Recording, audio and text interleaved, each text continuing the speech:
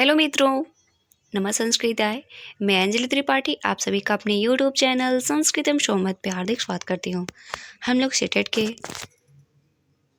Previous paper को अध्ययन करेंगे जो 2016 का है 6 to 8। तो चलिए देखते हैं 2016 के प्रश्न पत्र को सीटेट के। पहला प्रश्न है हमारा बाल विकास व शिक्षा शास्त्र से। निम्नलिखित प्रश्नों के उत्तर देने के लिए सही सबसे उपयुक्त विकल्प चुनिए। पहले प्रश्न में कह रहे हैं प्रश्नों के उत्तर देने के लिए सही सबसे उपयुक्त विकल्प चुनिए। निम्नलिखित में से कौन सा आधारभूत सहायता का एक अच्छा उदाहरण है जिसका आशय है समस्या समाधान को तब तक सीखना जब तक शिक्षार्थी स्वयं न कर सके। समस्या के समाधान को तब तक सीखना जब तक शिक्षार्थी शिक्षा ग्रहण करने वाला स्वयं न कर सके। समस्या का समाधान जल्दी देने के लिए पुरस्कार उसे यह बताना कि वह बार बार प्रयास द्वारा कर सकती है। उसे आधार समाधान हल किया उदाहरण उपलब्ध करवाना। उसे कहना कि जब तक वह समस्या का समाधान नहीं कर लेती तब तक वह घर नहीं जाएगी। तो यहाँ पे हमारा राइट ऑप्शन हो जाएगा, यहाँ पे हमारा राइट ऑप्शन हो जाता है सी। उसे आधार समाधान हल किया उदाहरण उपलब्ध करवाना जिससे वो सीख सके।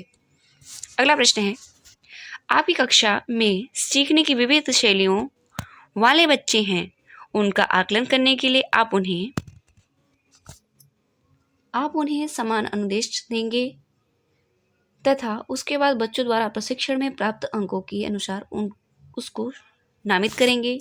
कार्यों और परीक्षणों के एक समान सेट देंगे। विभिन्न प्रकार के कार्यों और परीक्षण देंगे। चौथा है परीक्षण पूरे करने के लिए एक समान समय देंगे। तो यहाँ पे हमारा राइट आंसर हो जाता है सी, विभिन्न प्रकार के कार्य और परीक्षण देंगे। दूसरे का राइट आंसर हो जाता है सी। अगला प्रश्न है आजकल बच्चों की गलत धारणाओं को वैकल्पिक धारणाएं कहने की प्रवृत्ति है। इसे कहा जाता है बच्चों की समझ में सूक्ष्म भेद करना और उनको अपने सीखने के प्रति निष्क्रिय रहना। पहचानना कि बच्चे सोच सकते हैं और उनकी सोच प्रौढ़ों से भिन्न होती है। बच्चों की गलतियों की व्याख्या के लिए मनोहारी शब्दों का उपयोग करना। यहाँ पे हमारा राइट आंसर हो जाता है पहचानना कि बच्चे सोच सकते हैं और उनकी सोच प्रौढ़ों से भिन्न होती है। प्रायः सोच सबकी अलग ही होती है, लेकिन यहाँ पे बच्चों की सोच जो है, उनकी क्षमताएं जो हैं सोचने की, वो प्रौढ़ों से भिन्न होती हैं। अगला प्रश्न है निम्नलिखित में से कौन सा एक माध्यमिक विद्यालय की कक्ष में शिक्षक की भूमिका का सर्वोत्तम उचित वर्णन करता है। बहुपरिप्रेक्ष्य को निरुत्साहित करना तथा एक आयामी परिप्रेक्ष्य पर केंद्रीभूत होना। व्याख्यान देने के लिए पावर पॉइंट प्रेजेंटेशन का प्रयोग करना। चर्चाओं के अवसर पर उपलब्ध कराना। प्रथम स्थान के लिए शिक्षार्थियों को वापस प्रतिस्पर्धा के लिए बढ़ावा देना। चौथे का राइट आंसर हो जाता है यहाँ पे हमारा सी। चौथे का राइट आंसर हो जाएगा सी, चर्चाओं के अवसर पर उपलब्ध कराना। अगला प्रश्न है अभिप्रेरणा और अधिगम के बारे में निम्नलिखित में से कौन सा एक कथन सही है। अभिप्रेरणा और अधिगम के बारे में निम्नलिखित में से कौन सा एक कथन सही है। अधिगम में प्रेरणा की कोई भूमिका नहीं होती है। अधिगम केवल तभी प्रभावी होता है जब शिक्षार्थी बाहरी पुरस्कारों का उपयोग करने से प्रेरित हो। अगला देखते हैं अधिगम केवल तभी प्रभावी होता है जब शिक्षार्थियों में भीतरी प्रेरणा हो, सीखने की अंतर्निहित इच्छा हो। अधिगम केवल तभी प्रभावी होता है जब विद्यार्थी बाहरी रूप से प्रेरित हो और बाहरी कारणों से प्रेरित हो। तो यहाँ पे हमारा राइट आंसर हो जाता है सी। अधिगम केवल तभी प्रभावी होता है जब शिक्षार्थियों में भीतरी प्रेरणा हो, सीखने की अंतर्निहित इच्छा हो। अगला प्रश्न है छठवां सीखने के बारे में निम्नलिखित कथनों में से कौन सा एक कथन सत्य है। सीखने के बारे में से निम्नलिखित में से कौन सा एक कथन सत्य है। सीखना एक निष्क्रिय ग्रहणशील प्रक्रिया है। सीखना शिक्षार्थी के पूर्व ज्ञान पर आधारित नहीं है। सीखना कौशलों के संचय के समान है। सीखने का सामाजिक क्रियाएं सुविधा देती हैं। तो यहाँ पे राइट आंसर हो जाएगा अच्छे का डी, सीखने का सामाजिक क्रियाएं सुविधा देती हैं। अगला प्रश्न है सातवां निम्नलिखित में से कौन सी एक महत्वपूर्ण गतिविधि बच्चों को सीखने के लिए सक्षम बनाती है। सातवें प्रश्न में पूछा जा रहा है निम्नलिखित में कौन सी एक महत्वपूर्ण गतिविधि है जो बच्चों को सीखने के लिए सक्षम बनाती है। पुरस्कार, व्याख्यान, संवाद, निर्देश। तो यहाँ पे राइट आंसर हो जाएगा हमारा संवाद। 7 का राइट आंसर जाएगा बी। 8 प्रश्न में पूछा जा रहा है विकास के बारे में निम्नलिखित में से कौन सा एक कथन सही है। 8वें प्रश्न में पूछा जा रहा है कि विकास के बारे में निम्नलिखित में से कौन सा एक कथन सही है। विकास जन्म से किशोरावस्था तक आगे की ओर बढ़ता है और पीछे की ओर। विकास परिवर्तन एक सीधी रेखा में आगे जाते हैं। विकास भिन्न व्यक्तियों में भिन्न गति से होता है। विकास जन्म से किशोरावस्था तक बहुत तीव्र और उसके बाद रुक जाता है। तो यहाँ पे हमारा राइट आंसर हो जाता है विकास के बारे में निम्नलिखित में से कौन सा कथन सही है।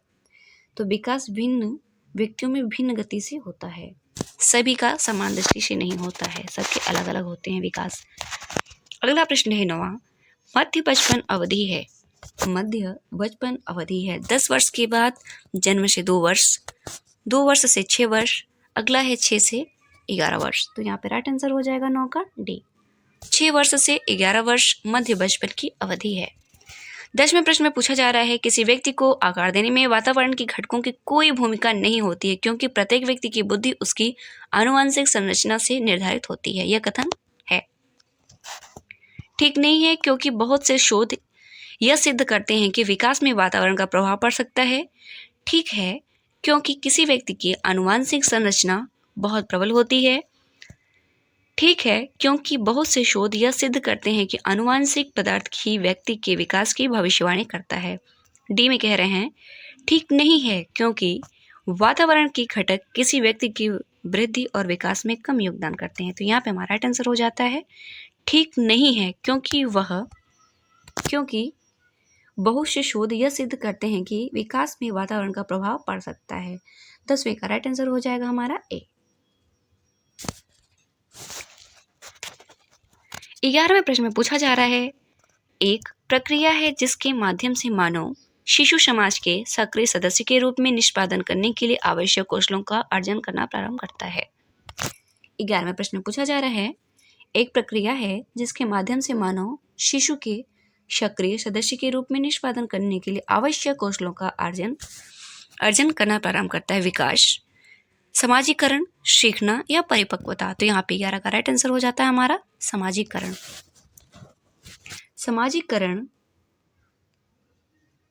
समाजीकरण एक ऐसी प्रक्रिया है जिसके माध्यम से मानव शिशु समाज के सक्रिय सदस्य के रूप में निष्पादन करने के लिए आवश्यक कौशलों का अर्जन करना प्रारंभ करता है। नेक्स्ट क्वेश्चन देखते हैं। पियाजे के अनुसार विकास को प्रभावित करने में निम्नलिखित कारकों में से किसकी भूमिका महत्वपूर्ण होती है। पुनर्वलन, भाषा, भौतिक विश्व के साथ अनुभव, अनुकरण। 12 का राइट आंसर हो जाएगा हमारा सी, भौतिक विश्व के साथ अनुभव। 12 का राइट आंसर हो जाता है सी। पूर्व संक्रियात्मक काल में आने वाली संज्ञात्मक योग्यता है। पूर्व संक्रियात्मक काल में आने वाली संज्ञात्मक योग्यता है। यहाँ पे राइट आंसर हो जाएगा हमारा लक्ष्य, उद्दिष्ट, व्यवहार की योग्यता। 13 का राइट आंसर हो जाता है सी। अगला प्रश्न है निम्नलिखित में से किस एक जोड़े का मिलान ठीक हुआ। सामाजिक संविदा, अभिविन्यास किसी कार्य की भौतिक परिणाम निर्धारित करते हैं, वह अच्छा है या बुरा। दंड देना और आज्ञापालन अभिविन्यास नियम तय नहीं है किंतु समाज के हित में बदले जा सकते हैं। अच्छा लड़का व अच्छी लड़की अभिविन्यास अच्छा बनकर कोई भी स्वीकृति प्राप्त करता है। नियम और आदेश अभिविन्यास मानवाधिकारों के मूल्य के आधार पर नैतिक सिद्धांत का स्वयं चुने जाते हैं। यहाँ पे हमारा राइट आंसर हो जाता है अच्छा लड़का व अच्छी लड़की अभिविन्यास अच्छा बनकर कोई भी स्वीकृति प्राप्त करता है। अगला प्रश्न है 15वां, वाइगोत्स्की की संस्तुति के अनुसार बच्चों की व्यक्तिगत वाक की संकल्पना है, प्रदर्शित करती है कि बच्चे बुद्धू होते हैं इसलिए उन्हें प्रौढ़ों के लिए निर्देश की आवश्यकता होती है। स्पष्ट करती है कि बच्चे अहम केंद्रित होते हैं, प्रदर्शित करती है कि बच्चे अपने आप से प्यार करते हैं। डी में कह रहे हैं कि स्पष्ट करती है कि बच्चे अपने कार्यों में निर्देशन के लिए भाषा का उपयोग करते हैं। 15 का राइट आंसर हो जाता है बी, स्पष्ट करती है कि बच्चे अहम केंद्रित होते हैं वाइगोत्स्की के अनुसार। सेशन प्रश्न में पूछा जा रहा है वाइगोत्स्की के अनुसार सीखने को पृथक नहीं किया जा सकता है। वाइगोत्स्की महोदय कहते हैं कि सीखने को पृथक नहीं किया जा सकता है। अवबोधन और अवबोधनात्मक प्रक्रियाओं से, उसके सामाजिक संदर्भ से, पुनर्वलन से, व्यवहार में मापने योग्य परिवर्तन से। तो यहाँ पे राइट आंसर हो जाएगा उसके सामाजिक संदर्भ से। 16 का राइट आंसर जाएगा बी। अगला प्रश्न है, प्रगतिशील शिक्षा में अपरिहार्य है कि कक्षा कक्ष शिक्षक के पूर्ण नियंत्रण में होता है, जिसमें वह अधिनायकतावादी होता है। बी में कह रहे हैं लोकतांत्रिक होता है और समझने के लिए बच्चों को पर्याप्त स्थान दिया गया होता है। सत्तावादी होता है जहां शिक्षक आदेश देता है और विद्यार्थी चुपचाप अनुसरण करते हैं। सबके लिए मुक्त होता है जिसमें शिक्षक अनुपस्थित होता है। तो यहाँ पे हमारा राइट आंसर हो जाता है बी। लोकतांत्रिक होता है और समझने के लिए बच्चों को पर्याप्त स्थान दिया जाता है। अगला प्रश्न है 18, निम्नलिखित में कौन सा एक उदाहरण भाषिक बुद्धि वाले व्यक्ति को दर्शाता है? तर्क की दीर्घ श्रृंखलाओं को संभाल सकने की योग्यता। दूसरा है शब्दों के अर्थ और क्रम तथा भाषा की विविध प्रयोगों की गति संवेदनशीलता, स्वर, राग और सुर के प्रति संवेदनशीलता। डी है ध्यान देने और दूसरे के अंतर कर सकने की योग्यता। तो यहाँ पे हमारा 18 का राइट आंसर हो जाता है शब्दों के अर्थ और क्रम तथा भाषा के विविध प्रयोगों के प्रति संवेदनशीलता। नेक्स्ट क्वेश्चन देखते हैं।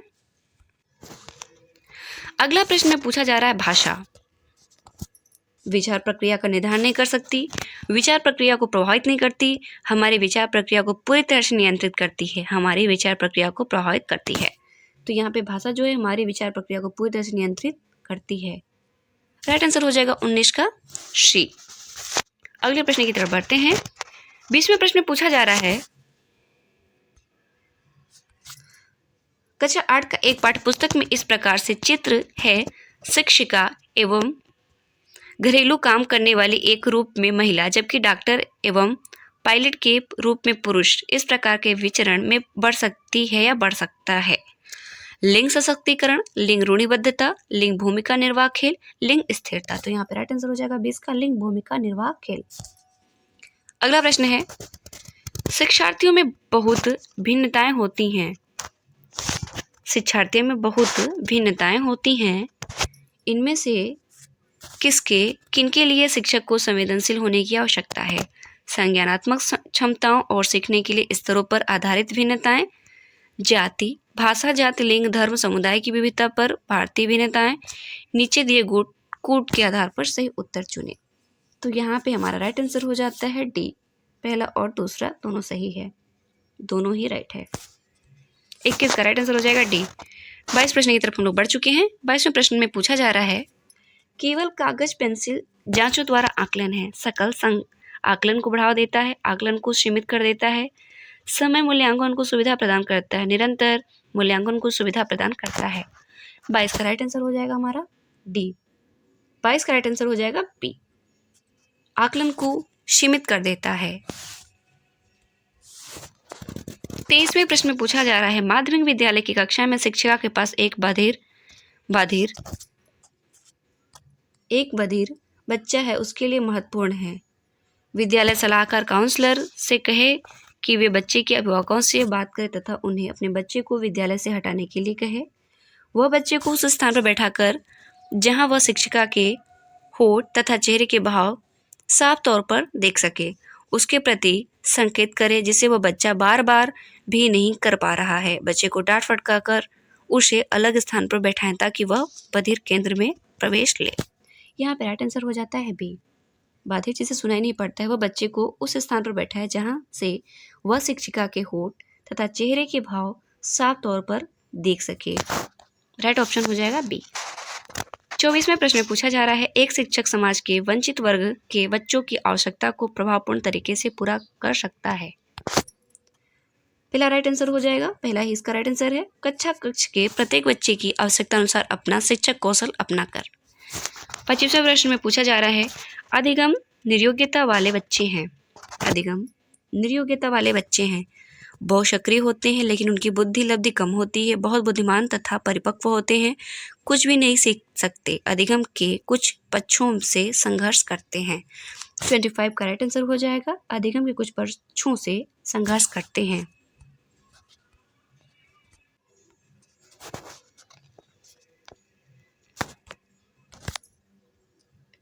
शिक्षक बच्चों को सृजनात्मक विचारों के लिए प्रोत्साहित कर सकता है, उन्हें बहुविकल्पी प्रश्न देकर, उन्हें समस्या समाधान के लिए विभिन्न तरीकों से सोचने के लिए कहकर, उन्हें उत्तर कंठस्थ करने के लिए कहकर, उनसे प्रत्यास्मरण आधारित प्रश्न पूछकर। यहाँ पे हमारा 26 का राइट आंसर हो जाता है बी, उन्हें समस्या समाधान के लिए विभिन्न तरीकों से सोचने के लिए कहकर। विशेष आवश्यकताओं वाले बच्चों से व्यवहार करने के लिए निम्नलिखित दार्शनिक दृष्टिकोणों में से किसका अनुसरण किया जाना चाहिए। विशेष आवश्यकताओं वाले बच्चों से व्यवहार करने के लिए निम्नलिखित में से दार्शनिक दृष्टिकोणों से किसका अनुसरण किया जाना चाहिए। उन्हें समावेशी शिक्षा और नियमित विद्यालयों में अध्ययन करने का अधिकार प्राप्त है, उन्हें किसी प्रकार की शिक्षा की आवश्यकता नहीं होती है, उन्हें पृथक करके उनकी शिक्षा किसी भिन्न शैक्षिक संस्थाओं से होनी चाहिए, उन्हें केवल व्यावसायिक प्रशिक्षण दिया जाना चाहिए।